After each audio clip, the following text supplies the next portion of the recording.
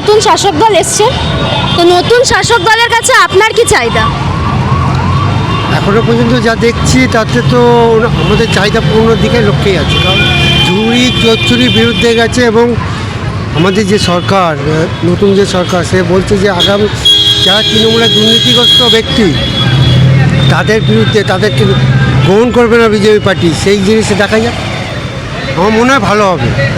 পরিবর্তনটা প্রয়োজন ছিল না, আপনার কি আর দাবি নেই যে সরকারি হাসপাতাল, স্বাস্থ্য ব্যবস্থা, শিক্ষা ব্যবস্থা আরও উন্নতি হলে হঠাৎ করে সব দেখুন, দুর্নীতি একটা পাহাড় প্রমাণ পর্বতের ওপরে আমরা দাঁড়িয়ে আছি, সেখানে হঠাৎ করে সব পরিবর্তন করা সম্ভব না।